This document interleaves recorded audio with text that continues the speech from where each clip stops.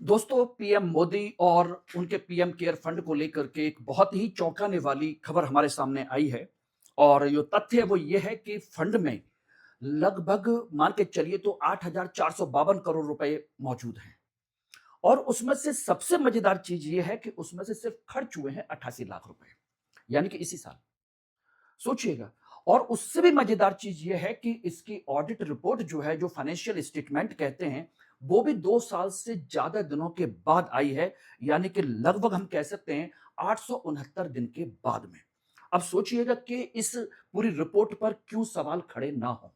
PM care fund पहले ही already बहुत ज्यादा विवाद में रहा है अपने आईटी और तमाम सारी चीजों को लेकर के, लेकिन अब तो और भी ज्यादा है। लेकिन इस चीज को ध्यान रखिएगा, मैं इसमें पीएम केयर फंड और पीएम मोदी की किसी भी चीज को किसी नजरिए से नहीं बल्कि यूपीएससी के नजरिए से मैं आपको डिस्कस करना चाह रहा हूं। इसके हम डिस्कस करेंगे इकोनॉमी के पॉइंट ऑफ व्यू से, गवर्नेंस के पॉइंट ऑफ व्यू से, पॉलिटी के पॉइंट ऑफ व्यू से, और इसके हर पहलू को हम समझने की कोशिश करेंगे, क्योंकि ये उससे कहीं ज्यादा गहराई से समझने वाला टॉपिक है। तो चलिए दोस्तों, आज मैं बात कर रहा हूं, मैं मनोज कुमार आप सभी लोगों का स्वागत करता हूं आपके अपने चैनल पर, जिसमें आज मैं डिस्कस कर रहा हूं बिग इशू एक्सप्लेन के तहत पीएम केयर फंड के बारे में। ओके। और उस वीडियो को पूरा देखिएगा, और इस वीडियो की पूरी अगर आपको रिपोर्ट चाहिए या इसका पूरा कंटेंट चाहिए, पीडीएफ चाहिए, तो आप मेरे टेलीग्राम चैनल से अब इसको स्कैन करके ज्वाइन करके ले सकते हैं, और इंस्टाग्राम पर मुझे फॉलो कर सकते हैं। ओके दोस्तों, तो चलिए अब इसके पहले मुद्दे पर हम लोग बात करते हैं, इसको समझ लेते हैं कि क्या है, कैसे है, किस तरीके से। सबसे पहले तो हम जानने की कोशिश करते हैं कि पीएम केयर फंड है क्या। इसका पूरा नाम है prime ministers citizen assistance and relief in emergency situation fund. यानी कि एक ऐसा फंड जो आपातकालीन परिस्थितियों के लिए बनाया गया था। ओके। इसमें कब बनाया गया था? यह मार्च 2020 में, जब कोविड 19 की महामारी चल रही थी, उसी समय यह बनाया गया था। ठीक है ना। दूसरा, यह एक पब्लिक चैरिटेबल ट्रस्ट के तौर पर बनाया गया था, सरकारी बजट का यह हिस्सा नहीं है, इसीलिए इसको अलग रखा गया, आईटीआर में शामिल नहीं होता। इसमें क्या क्या चीजें शामिल की गई? कोविड जैसी आपदा में राहत, मेडिकल इंफ्रास्ट्रक्चर की मजबूती, भविष्य की आपात की तैयारी करना, ये सारी चीजें इसमें शामिल हैं। ध्यान रखना, ये एक तरीके से ध्यान रखिएगा, ये कंसोलिडेटेड फंड ऑफ इंडिया की तरह नहीं है। वो हम बिल्कुल अलग डिस्कस करेंगे। जैसे हम कहते हैं ना कि आपका कंसोलिडेटेड फंड ऑफ इंडिया, वो बिल्कुल इससे अलग है। बात ये आती है कि आखिर इसमें कैसे और किस तरीके से विवाद में, कैसे इससे चर्चा में आया। एक्चुअली में 2019-20 में जब बनाया गया तो इसमें लगभग 3077 करोड़ रुपए आए थे। 3077 करोड़ रुपए। 2020-21 में जाकर के इसमें हुए 5416 करोड़ रुपए। फिर 2023-24 में आपके 21-22 में 5,416 करोड़ रुपए, 22-23 में 6,284 करोड़ रुपए, और 2023-24 में 6,224 करोड़, 22-23 में ये रहे, 23-24 में 7,173 करोड़ रुपए, और 2024-25 में जो आंकड़ा है वो है आपका चौंकाने वाला 8,452 करोड़ रुपए का। ये एक बहुत बड़ा अमाउंट है। ध्यान रखना। सोचिए कि महज 2 साल के अंदर इस ये फंड जो है 26% बढ़ गया। बोले सर, इसमें बढ़ने में क्या प्रॉब्लम, क्या है? प्रॉब्लम इसके आगे है, और भी कई सारी चीजें आपको समझनी है, जानते रहिएगा पूरी एक एक चीज को लेकर के। ठीक है ना। ध्यान रखिएगा, फंड का इस्तेमाल और कॉर्पस का बढ़ना दो अलग अलग चीजें हैं, बिल्कुल अलग है। ये फंड बढ़ रहा है, लेकिन उस फंड का कितना इस्तेमाल हो रहा है, वो है आपका अगला, जो कि अभी द हिंदू की रिपोर्ट के अनुसार निकल करके सामने आया है। 2020-21 में जिस समय इनके पास में 3,976 करोड़ रुपए के आसपास का कंसेप्ट था जो खर्च किया गया था, और उस समय आया था 3,000, सॉरी, 20-21 में 7,114 करोड़ रुपए। 7,000 लगभग 14 करोड़ रुपए उस समय था, और उसमें से 3,976 करोड़ रुपए खर्च किए गए थे। उसके बाद देखेंगे 2021-22 में ये 2,73316 करोड़ रुपए खर्च किए गए। 22-23 में 438 करोड़ रुपए ही खर्च किए गए। यहां से एकदम डाउनवर्ड शिफ्ट हुआ है 22-23 के बाद। और 23-24 में मात्र 16 करोड़ रुपए, और 24-25 में तो आपका आंकड़ा सिर्फ और सिर्फ 88 लाख रुपए का है। 88 करोड़ भी नहीं है, सिर्फ 88 लाख रुपए। यह सबसे बड़ी चीज है। सोचना कि 3,976 करोड़ रुपए से गिर करके मात्र 88 लाख रुपए पे आ गए हम लोग। खर्चे में 4500% से ज्यादा 4500 गुना से ज्यादा की कमी आ गई खर्चे में। और इनकम में आप समझ रहे हो कि कितनी बढ़ गई है। सोचिएगा, बात ये आ रही है कि आखिर इसमें पैसा कहां से आ रहा है। ये सबसे बड़ा महत्वपूर्ण चीज है कि भाई कम खर्च तो कम हुआ, चलो समझ में आता है, लेकिन पैसा आया कहां से, ये बहुत बड़ा इशू है। ये आपको जानना होगा, सारी चीजें हैं। तो देखिएगा, इनफ्लो और आउटफ्लो लगभग 2024-25 में पैसा आया 1280 करोड़ रुपए ज्यादा। अगर हम आंकड़ा देखें तो यहां पर देखिए, जो 24-25 में 8,452, 7,173 से इनको माइनस करिए तो निकल करके आता है ये कि इतना पैसा 2024-25 में बढ़ा, लेकिन खर्च हुआ मात्र 80 लाख रुपए, 88 लाख रुपए, सिर्फ और सिर्फ। यानी कि जितना पैसा आ रहा है उससे बहुत कम खर्च हो रहा है और पैसा उसमें इकट्ठा होता चला जा रहा है, बढ़ता चला जा रहा है। यही है सबसे बड़ा। यानी कि हर साल अंदर आने वाला पैसा खर्च हुए पैसे से कहीं ज्यादा था, जिससे कॉर्पस लगातार बढ़ रहा है। बात ये आती है खर्च क्यों नहीं हो रहा। बात ये आ रही कि ये पैसा आ कहां से रहा है। बात इसके आगे एक और भी है, इसमें एक मजेदार चीज और भी है कि कॉर्पस कैसे बढ़ा। डोनेशन तो घट गए, यानी कि लोगों ने दान देना बंद कर दिया है। सोचना, डोनेशन में 480 करोड़ रुपए का कम हो गया है डोनेशन देना। डोनेशन घट गए, फिर भी पैसा बढ़ रहा है। एक्चुअल में इसमें जो पैसा आता है वो कई स्रोतों से आता है, जो आपको पता होना चाहिए।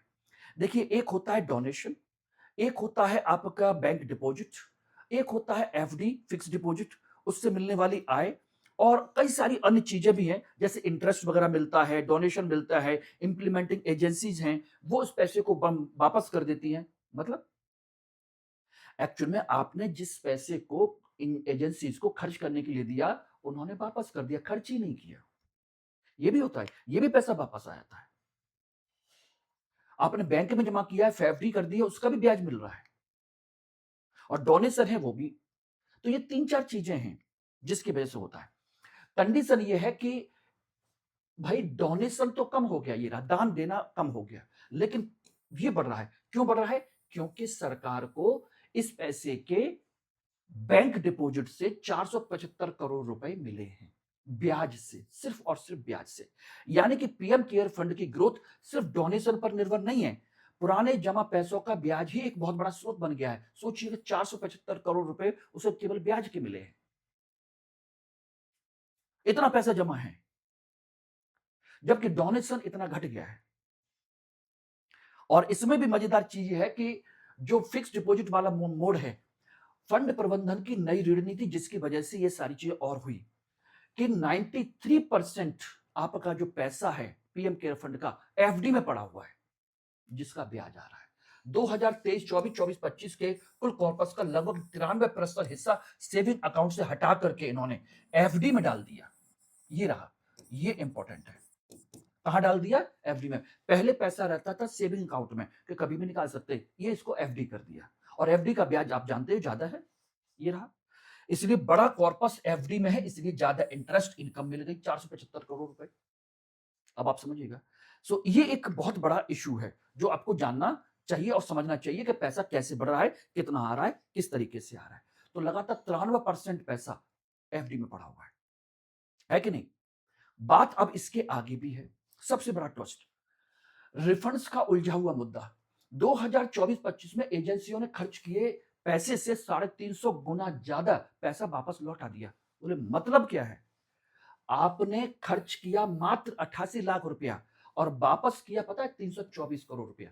यानी कि पीएम केयर फंड से जिन एजेंसीज को पैसा दिया गया था खर्च करने के लिए कि भाई इनको खर्च किए, इंप्लीमेंट कीजिए, सारी चीजें कीजिए, उन्होंने खर्च ही नहीं किया, पैसा वापस कर दिया, 324 करोड़ रुपया। अब कहोगे सर खर्च क्यों नहीं किया? ये तो सरकार जाने और एजेंसी जाने कि क्यों नहीं खर्च किया भाई। मात्र 88 लाख रुपए खर्च किया है और पैसा आया है वापस लौट करके 324 करोड़ रुपया, कि ये रहा। तो इंप्लीमेंटिंग एजेंसी ने जितना पैसा खर्च करने के लिए लिया था उससे कहीं ज्यादा उन्होंने उस फंड में वापस कर दिया। ये रहा, जितना लिया उससे कहीं ज्यादा वापस कर दिया। यानी कि 88 लाख रुपए लिया और 324 करोड़ रुपए वापस कर दिया। ये कैसे है? यही सबसे बड़ा सवाल है कि लिया इतना, दिया सरकार ने इतना और उन्होंने वापस कर दिया इतना। ये आया कहां से? यहीं पर ट्रांसपेरेंसी और अकाउंटेबिलिटी का सवाल शुरू होता है। कि सोचना कि मात्र 88 लाख रुपए आप खर्च कर रहे हो, आप जारी कर रहे हो और पैसा वापस आ जा रहा है सीधा सीधा 350 करोड़ रुपए के, 325 करोड़ रुपए के आसपास। लेकिन इसका मतलब ये नहीं है गलत तरीके है कोई या कानूनी अनियमितता है, नहीं, ये पॉलिसी है कि भाई इमरजेंसी के लिए फंड बनाया गया है तो इतना कम पैसा इस्तेमाल क्यों हुआ?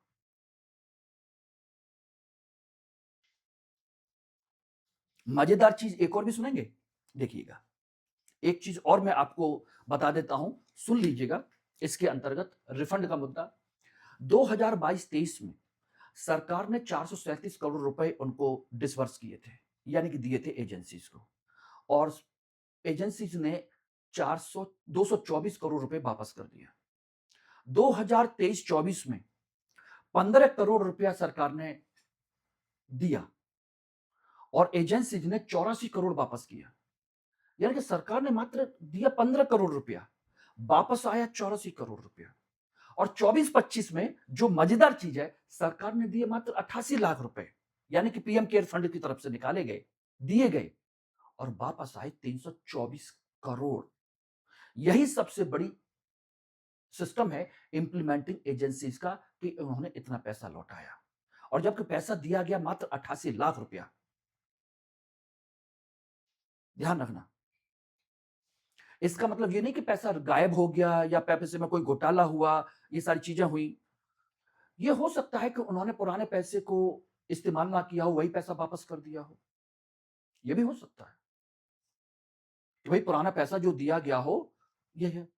और दूसरी बात, किस मकसद से किस एजेंसी को दिया गया, उसने ये पैसा क्यों वापस किया, इसकी साफ-साफ कोई रिपोर्ट आपकी नहीं दी गई है। जब ये ऑडिट हुआ है, तो इसकी कोई रिपोर्ट नहीं दी गई कि वो किस मतलब से पैसा किस एजेंसी को दिया गया था, उसने कहाँ पर खर्च किया या नहीं किया, उसको वापस लौटा दिया और कितना लौटा दिया, इसका कोई भी जवाब इस रिपोर्ट में नहीं है। और उससे मजेदार चीज एक और भी है। तो ध्यान रखना, रिफंड का मतलब ये नहीं कि मामला गड़बड़ है, कि पैसा गायब हो गया। असल मामला है एजेंसियों को दी गई राशि का पूरा इस्तेमाल नहीं हुआ, बची हुई रात वापस लौटाई। समस्या इसके आगे है, किस एजेंसी ने किस मकसद के पैसा लिया और क्यों वापस किया, इसकी डिटेल सार्वजनिक नहीं की गई है। ये सबसे बड़ा मुद्दा है। और इसके आगे एक और भी चीज, वो ये है ऑडिट रिपोर्ट में भारी देरी। पारदर्शिता का सवाल, ट्रांसपेरेंसी का सवाल यहीं से खड़ा होता है। 2020-21 में 314 दिन के बाद ऑडिट रिपोर्ट आई थी। 2021-22 में 215 दिन के बाद ऑडिट रिपोर्ट आ गई। 22-23 में 638 दिन लगे और सबसे बड़ी 23-24 में 869 दिन, सबसे ज्यादा देरी। और 24-25 के 504 दिन, एक एक साल के बाद में रिपोर्ट हो रही है। ये समझ लियो। ऑडिट एक्सपेरिमेंट के साथ अगस्त 2026 में पब्लिश हुए, वो भी ऑडिटर बदलने के दौर में, तब ये आंकड़े जारी हुए हैं, जब ऑडिट बदले गए हैं, ऑडिटर बदले गए हैं, तब जाकर के ये सारी चीजें हुई हैं। जब तक ऑडिटर बदले नहीं गए तब तक कुछ भी नहीं हुआ। और एक चीज और ध्यान रखिएगा, ये जरूरी नहीं है कि पीएम केयर फंड में कोई घोटाला हुआ हो। इस स्ट्रक्चर को समझना बहुत जरूरी है कि क्या पीएम केयर फंड सरकारी फंड है? नहीं। लीगल स्ट्रक्चर को समझना बहुत जरूरी है कि PM care fund equal not the consolidated fund of India. ऐसा नहीं है, सीएफआई की तरह नहीं है। यह एक सामान्य सरकारी बजट फंड नहीं है। ये एक पब्लिक चैरिटेबल ट्रस्ट के तहत बनाया गया है। इसलिए इस पर कैग का सामान्य सरकारी ऑडिट और डिस्क्लोजर फ्रेमवर्क वैसे लागू नहीं होता जैसे इस पर होता है। इस पर सिंपल सा होता है, बाकी कुछ नहीं। यानी कंसोलिडेटेड फंड ऑफ इंडिया की प्रॉपर तरीके से जांच हो सकती है, लेकिन इसकी नहीं। ये ध्यान रखना, ये समझ लिया। और इसे हम घोटाला नहीं बल्कि गवर्नेंस केस स्टडी के रूप में हमको देखना चाहिए कि पब्लिक अकाउंटेबिलिटी, सार्वजनिक उद्देश्य के लिए धन का उपयोग हो तो जनता को पर्याप्त जानकारी भी मिलनी चाहिए, क्योंकि पैसा है। बिल्कुल सही बात है। फाइनेंशियल ट्रांसपेरेंसी, कितना पैसा आया, कहां खर्च हुआ, किसे मिला, वापस क्यों आया, इसकी रिपोर्ट हमारी पूरी तरीके से क्लियर होनी चाहिए। और पब्लिक ट्रस्ट, आपातकालीन फंड्स का अंडर यूटिलाइजेशन अपराध नहीं है, लेकिन जानकारी छिपाना पब्लिक ट्रस्ट को कमजोर करता है कि भाई कम पैसा खर्च किया, ओके, लेकिन क्यों? बताइए ना, क्यों खर्च किया? जबकि हमारे यहाँ बाढ़ आ रही है, तमाम सारी चीजें हैं। ऐसा नहीं कि हर साल कोई आपदा ना आ रही हो, हर साल कोई संकट ना खड़ा हो रहा हो, हर साल कोई समस्या ना होती हो। भाई केरल में देख लिए, कभी तमिलनाडु में देख लिए, कभी आसाम में देख लिए, कभी उड़ीसा में देख लिए, सारी चीजें हैं, लेकिन वहां पर भी कुछ भी नहीं है। असम में तो हर साल बाढ़ आती है, बिहार में देख लीजिए क्या हालत है। तो ये अपने आप में आपदा है कि नहीं है? लेकिन वहां भी नहीं है। इसीलिए ये समस्या खड़ी होती है, ध्यान रखना। इसलिए ये मुद्दा जो है गवर्नेंस, ट्रांसपेरेंसी, अकाउंटेबिलिटी, इन सारी चीजों के साथ जोड़ करके है। ये आपको, हम सबको जानना समझना चाहिए, ठीक है ना? ध्यान रखना। इकोनॉमी के पॉइंट ऑफ व्यू से आपको पता होना चाहिए कि किसी फंड में जमा मूल और उपलब्ध वित्तीय संसाधन के बीच में अंतर क्या होता है। इंटरेस्ट इनकम कॉर्पस को डिपॉजिट और इन्वेस्टमेंट में रखने से मिलने वाली आय है। तीसरा, यूटिलाइजेशन, उपलब्ध राशि में से वास्तव में हुए खर्च का हिस्सा कितना होता है, जिसे डिसबर्समेंट कहते हैं, वो क्लियर होना चाहिए। आइडल फंड, जब किसी उद्देश्य के लिए पर्याप्त धन उपलब्ध हो पर उसका इस्तेमाल बहुत कम हो।